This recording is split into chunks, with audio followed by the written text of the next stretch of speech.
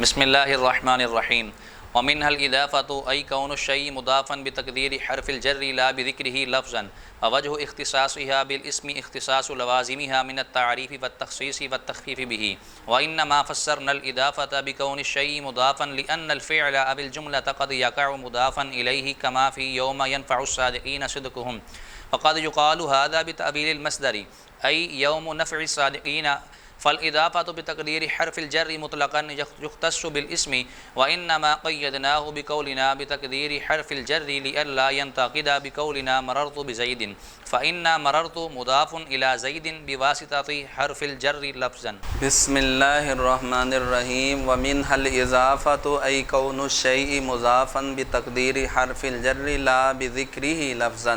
اور اسم کے خواص میں سے اضافت ہے، اضافت کا ہونا. اب علامہ شیخ ابن حاجب نے پیچھے 4 خاصے ذکر کر دیے، 5واں اور آخری خاصہ ذکر کر رہے ہیں. کیا ہونا؟ اسم کے خاص میں سے ایک خاصہ اضافت کا ہونا. وَمِنْهَا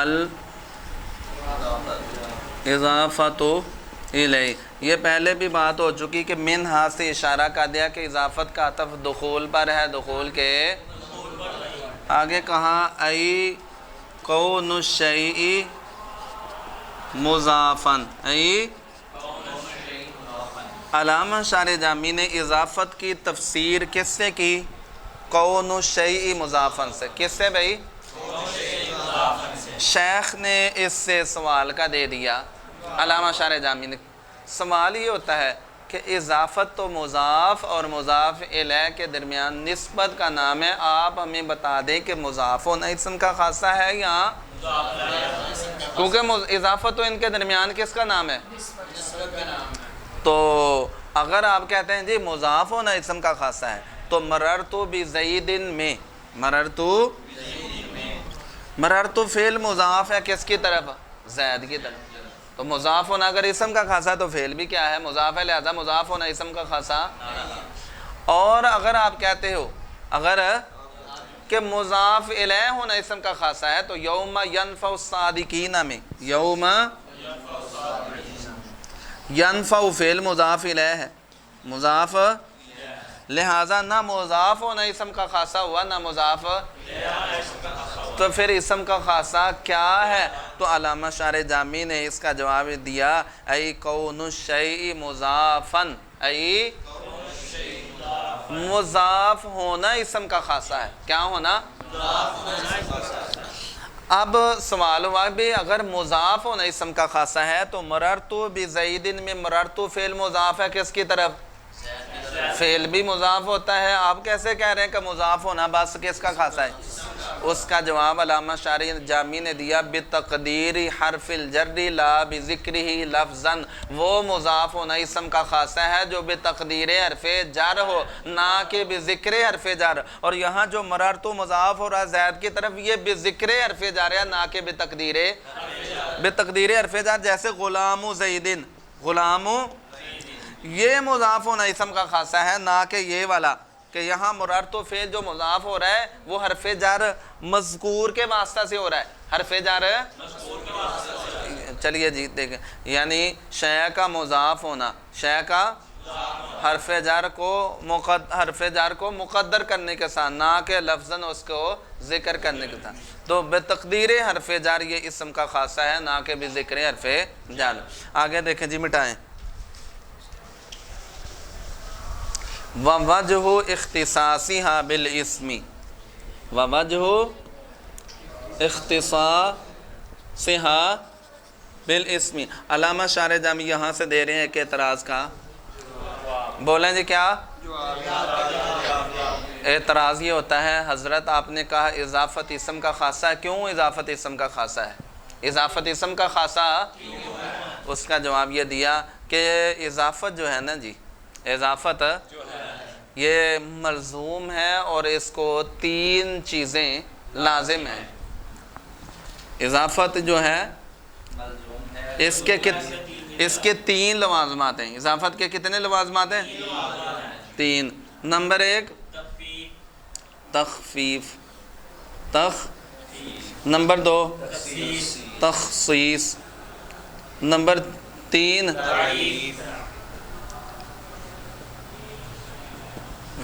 یعنی تخفیف جو ہے یہ تخفیف سے مراد ہلکا پن، یعنی مضاف کے اوپر تنوین ختم ہو جاتی ہے. اسی طرح اگر نون تثنیہ یا نون جمع ہو تو اضافت کی وجہ سے وہ بھی ایسے ہی ہے. یہ اضافت لفظیہ میں بھی ہوتا ہے اضافت. اچھا دوسری صورت تخصیص. نمبر 2 کیا؟ تخصیص کا کیا مطلب ہے؟ کہ مضاف خاص ہو جاتا ہے. اضافت مانویہ میں مثلا جیسے غلام رجلن، اچھا اگر مضاف الیہ نکرہ ہو تو اضافت مانویہ تخصیص کا فائدہ دیتی ہے، اگر مضاف الیہ معرفہ ہو تو اضافت مانویہ تعریف کا فائدہ. جیسے غلام زیدن، غلام، یہاں اس نے تخصیص کا فائدہ دیا. کس کی تخصیص کا عمیر؟ غلام مضاف کی تخصیص کا. غلام رجلن، پہلے غلام عام تھا، مرد کا بھی ہو سکتا تھا، اور جب کہا غلام رجلن تو عورت کا غلام نکل گیا، مرد کا غلام ہونا کیا ہو گیا؟ خاص ہو. اور غلام زیدن میں غلام اضافت نے غلام کے معرفہ ہونے کا کیا دیا؟ کہ رجل کا غلام نہیں بلکہ زید کا غلام. تو یہاں اضافت نے غلام کے معرفہ مضاف کے معرفہ ہونے کا فائدہ. تو یہ اضافت تین چیزوں کا فائدہ دیتی ہے. کتنی کا؟ کس کس کا بولیں؟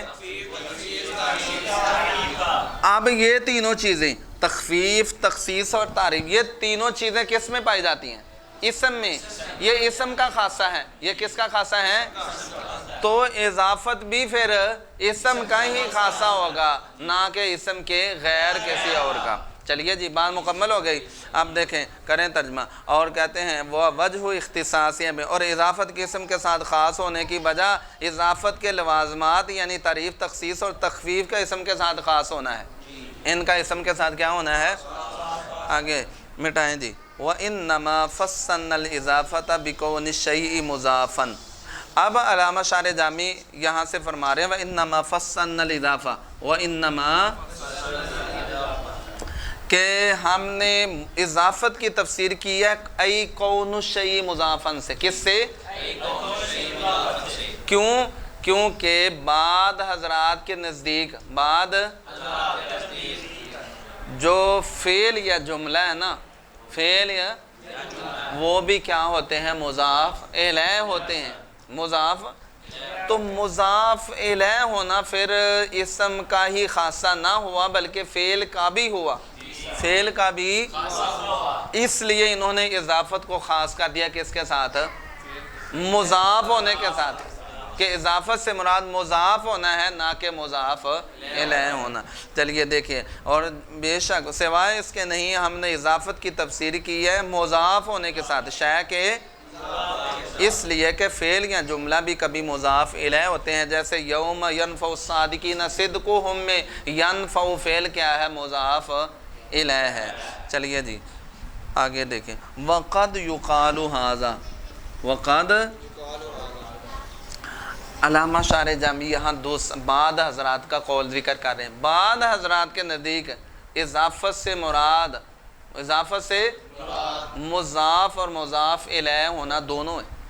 کہ مضاف ہونا بھی اسم کا خاصہ ہے، اور جب ان پر اعتراض ہوا نا جی مضاف الیہ تو فعل بھی ہوتا ہے. کیا؟ جیسے یوم ینفع الصادقین میں ینفع فعل مضاف الیہ ہے، تو انہوں نے اس کا جواب دیا کہ یہاں ینفع فعل جو ہے یہ مصدر کی طویل میں ہے. تو یہ اگرچہ صراحتاً تو اسم نہیں ہے لیکن طویلاً کیا ہے؟ اسم ہی ہے. جب اسم ہی ہے تو مضاف الیہ ہونا بھی پھر اسم کا ہی کیا ہے؟ خاصہ ہے، نہ کہ کس کا؟ فعل کا.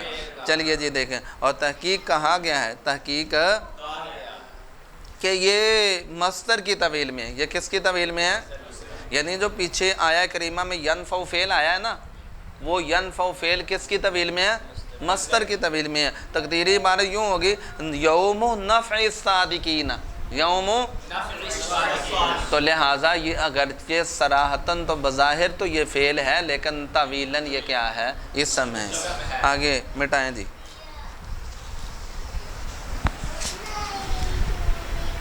فل اضافت، فل بتقدیر